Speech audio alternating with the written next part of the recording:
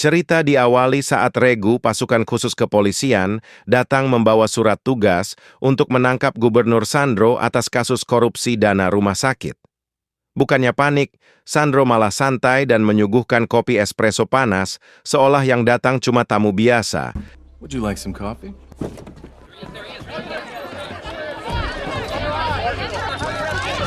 Dan kisah pun berfokus pada salah satu agen khusus yang ikut dalam penangkapan tadi, bernama Miguel.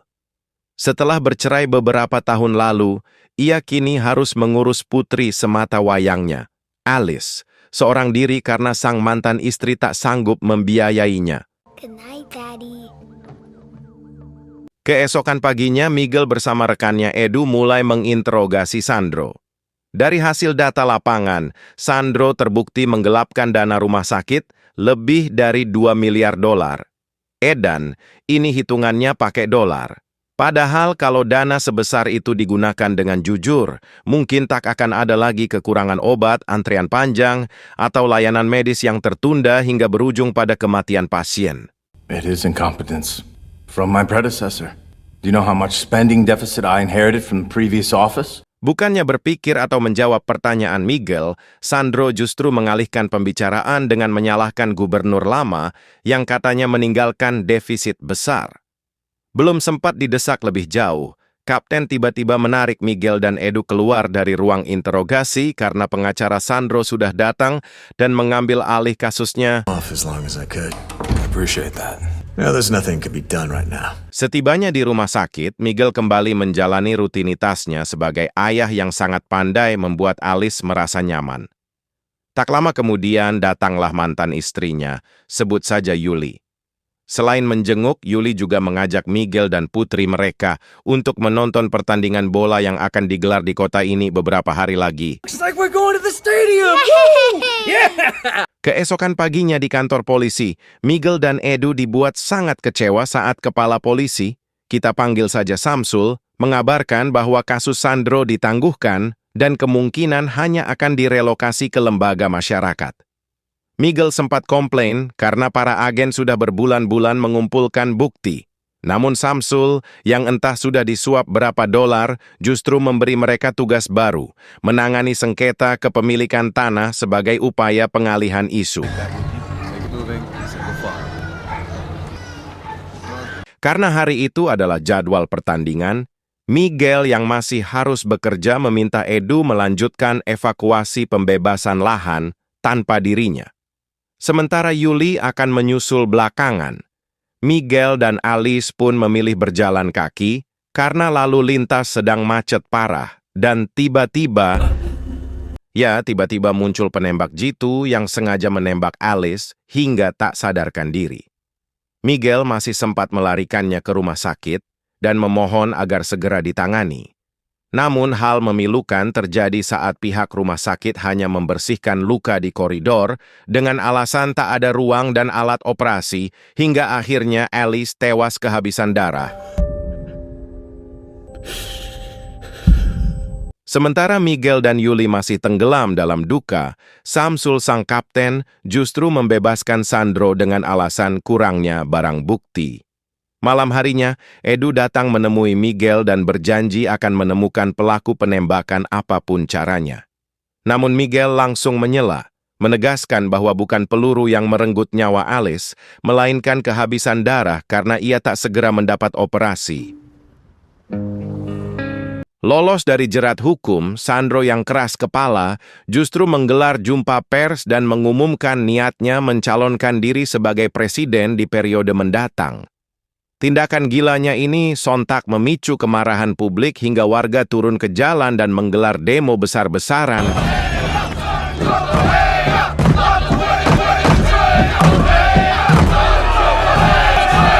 Secara kebetulan, Miguel yang sedang mencari angin justru melintas dan menyaksikan langsung aksi demo tersebut. Alih-alih membantu rekan sesama polisi meredam amukan massa, Miguel yang sudah muak dengan ulah Sandro malah memilih memihak warga, hingga keributan besar pun tak terhindarkan.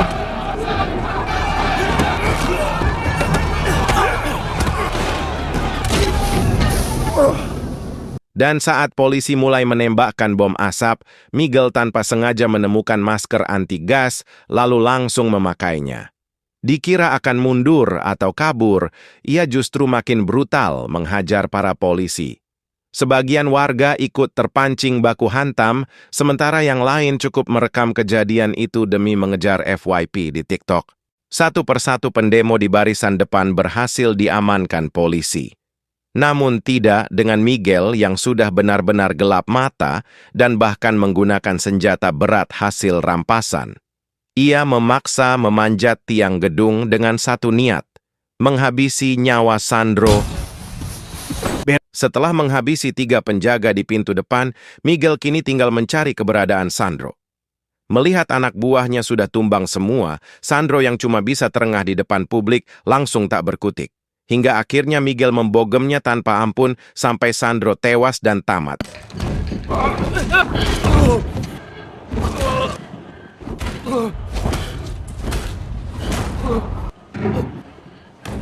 Keesokan harinya, kantor kepolisian dipenuhi warga yang diduga terlibat dalam demo dan kematian Sandro semalam.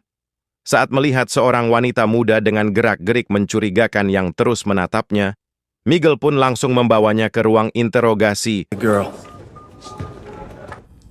Nina Souza. Wanita itu bernama Nina, seorang sarjana komputer sekaligus peretas yang bekerja di sebuah toko buku. Entah bagaimana gadis semuda dirinya bisa terlibat dalam aksi demo tersebut. Namun Miguel benar-benar dibuat panik saat Nina mengetahui bahwa pria bertopeng pembuat kekacauan itu adalah Miguel, berdasarkan rekaman ponsel yang kini diamankan kepolisian. Setelah meminta Nina menyerahkan ponselnya, Miguel pun melepas gadis itu dengan alasan tak ditemukan barang bukti. Namun saat tiba di ruang penyitaan, Miguel akhirnya menemukan ponsel tersebut dan melihat rekaman utuh dirinya saat memakai topeng dan melakukan semua aksinya. Nina sendiri baru tiba di toko dan langsung dimarahi bosnya karena datang terlambat. Saat jam kerja usai dan Nina dalam perjalanan pulang, ia tiba-tiba dikejutkan oleh kemunculan Miguel yang memintanya masuk ke mobil untuk meminta sedikit bantuannya. Get in the car. Mengetahui Nina pandai meretas, Miguel ternyata diam-diam telah mencuri laptop milik Sandro dan meminta Nina memeriksa seluruh datanya. Setelah melalui hari-hari berat, Miguel pun bertekad menghabisi semua koruptor yang terlibat dalam penggelapan dana rumah sakit sebagai bentuk keadilan versi dirinya sendiri. Passwords encrypted. This might take a while. Nina awalnya hanya menemukan foto-foto sepele seperti kucing peliharaan, bola bowling, dan aktivitas golf yang Sandro kirim ke pejabat lain. Namun karena foto-foto itu terus dikirim berulang, Nina pun curiga. Hingga akhirnya ia membongkar fakta mengejutkan. Seluruh data keuangan yang hilang ternyata disembunyikan lewat steganografi, alias data rahasia yang diselipkan di dalam setiap foto. Steganography. Everyone's knows this. Setelah mengantongi daftar nama para pejabat korup yang diburu, Miguel pulang ke rumah dan mulai mengemasi seluruh perlengkapan taktisnya. Ia juga membawa topeng gas untuk menutupi identitas, lalu menuju sebuah tempat yang akan dijadikannya sebagai markas.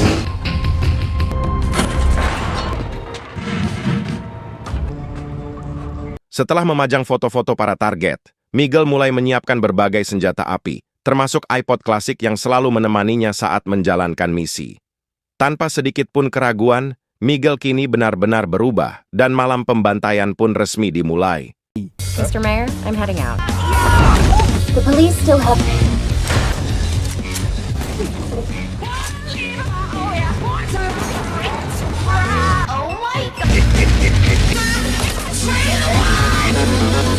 Dalam satu malam, Miguel berhasil menghabisi 4 pejabat korup tanpa meninggalkan jejak apapun.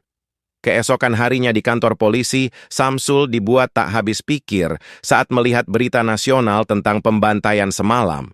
Bahkan, sejumlah media mulai menjuluki sosok misterius itu sebagai The Awakener, sang pembangkit. Leon, if you knew a person who was doing something really, really bad, Tengah malam, Miguel mendatangi toko tempat Nina bekerja untuk kembali meminta bantuannya. Kali ini target buruan adalah seorang menteri yang selalu dikawal ketat bodyguard.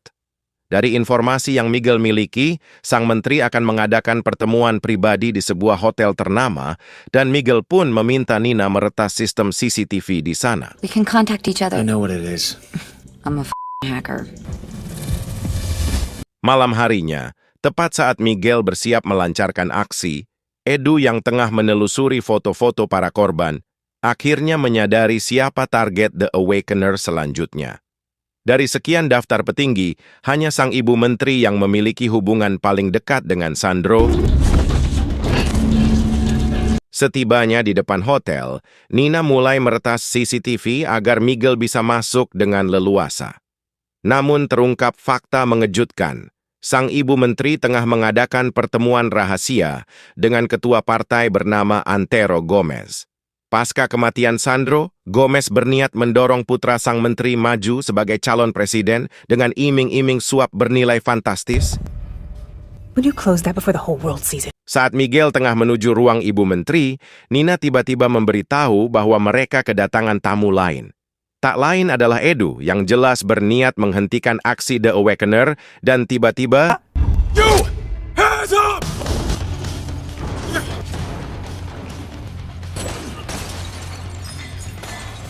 Sempat tertembak di bagian bahu, Miguel akhirnya berhasil lolos dengan menjatuhkan diri dari atas tangga. Di saat yang sama, Nina yang sudah berada di markas Gomez membuat sang ketua partai sadar bahwa The Awakener kini memburunya.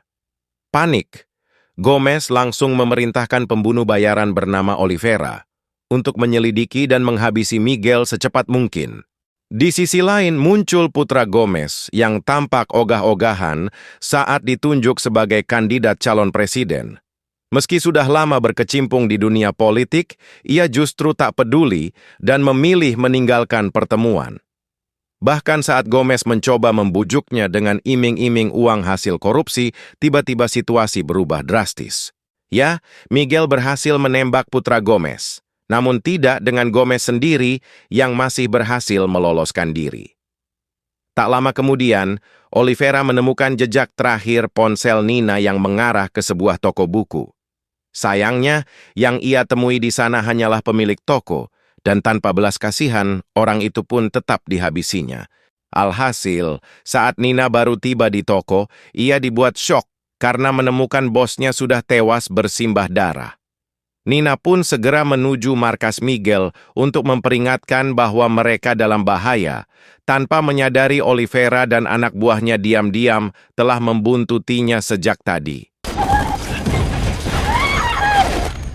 Terjadilah baku tembak sengit di antara mereka, sementara Nina berhasil menyelamatkan diri ke ruangan lain. Oliveira pun langsung bergegas mengejarnya, menyisakan satu anak buah yang berjaga di pintu depan. Miguel diam-diam menyergapnya dari belakang hingga akhirnya... Setelah menghabisi seluruh anak buahnya, Miguel segera mencari Nina dan mendapati Oliveira sudah berhasil menangkapnya. Dengan licik, Oliveira menawarkan kesepakatan. Jika Miguel ingin Nina dilepaskan, maka ia harus menghabisi rival politik Gomez yang akan maju dalam debat capres mendatang. Pasca kematian putranya, kini Gomez memutuskan maju sendiri sebagai calon presiden. She's your target. Setelah Miguel dan Oliveira pergi, Edu bersama para petugas tiba di TKP usai. Mendapat laporan warga soal suara tembakan. Edu benar-benar terpukul saat menemukan iPod klasik milik Miguel tergeletak di atas meja. Saat itulah ia sadar, sosok The Awakener alias sang pembangkit, ternyata tak lain adalah Miguel, rekan kerjanya sendiri.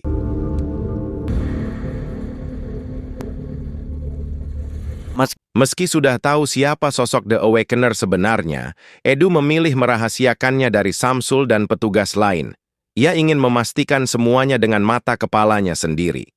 Hingga saat hari debat capres tiba, Edu yang bertugas berjaga diam-diam menyisir setiap ruangan seorang diri, berusaha mencegah Samsul menemukan Miguel lebih dulu.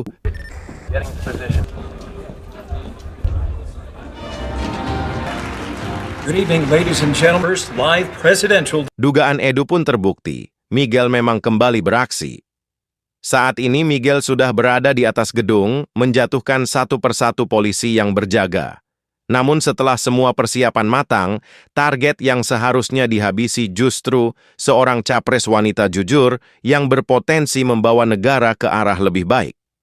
Saat Miguel hendak mengalihkan bidikan untuk menghabisi Gomez, tiba-tiba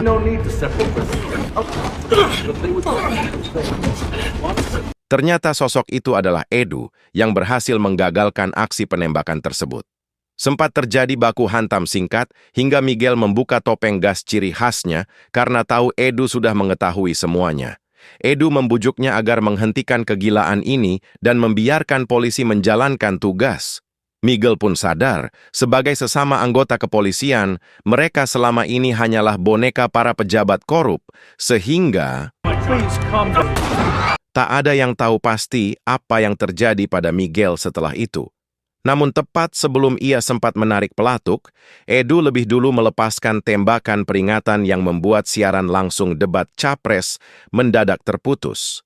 Menyadari Miguel gagal menjalankan tugasnya, Oliveira pun mengangkat pistol dengan niat menghabisi Nina.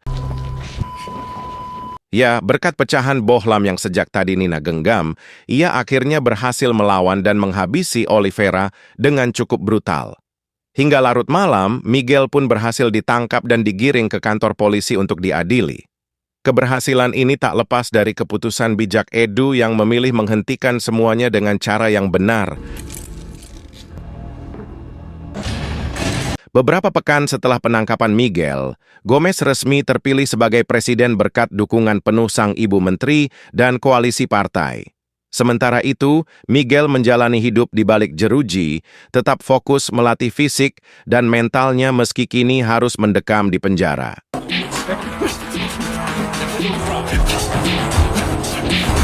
Suatu malam, Samsul memerintahkan anak buahnya membawa Miguel ke ruang interogasi. Awalnya dikira akan ada keringanan hukuman, namun ternyata Samsul, yang sejak awal sudah menerima suap dari Gomez, meluapkan seluruh amarahnya dengan menyuruh anak buahnya menghajar Miguel hingga babak belur. Yang membuat Samsul kecewa, apa yang dilakukan Miguel sebenarnya tidak sepenuhnya salah. Dalam pandangannya memang ada orang-orang yang pantas mati saat sudah tak lagi sejalan dengan pemegang kekuasaan. Namun karena Miguel dianggap salah memilih pihak, Samsul pun pergi sambil memerintahkan anak buahnya untuk menghabisinya. Tetapi setelah menghabisi anak buah Samsul, Miguel langsung menuju ruang senjata dan mengambil sebanyak mungkin persenjataan yang bisa ia bawa. Gelap mata dan dikuasai amarah, itulah yang Miguel rasakan saat itu. Tanpa banyak berpikir, ia pun bergerak menuju gedung parlemen dengan satu niat, menghabisi Gomez yang kini sedang tertawa puas menikmati jabatan barunya.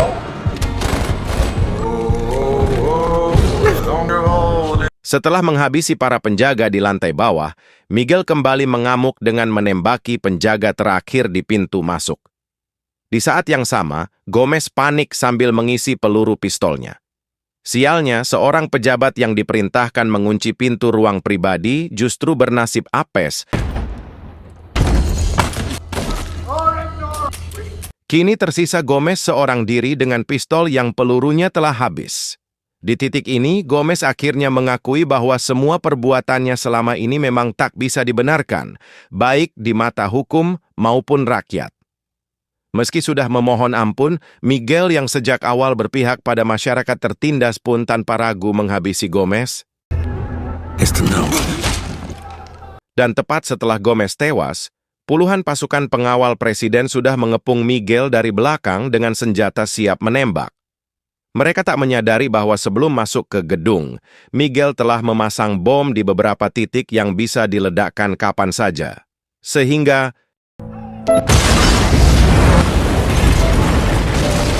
dengan hancurnya gedung parlemen, perjuangan Miguel pun seolah berakhir. Edu yang datang terlambat dibuat terpukul karena gagal menyelamatkan sahabatnya. Beberapa bulan kemudian, sang capres wanita jujur resmi dilantik menjadi presiden. Namun di adegan penutup, terungkap bahwa Miguel ternyata selamat dan kembali bergerak dalam bayangan sebagai The Awakener, terus membasmi para koruptor. Tamat, dengan ending yang sangat memuaskan,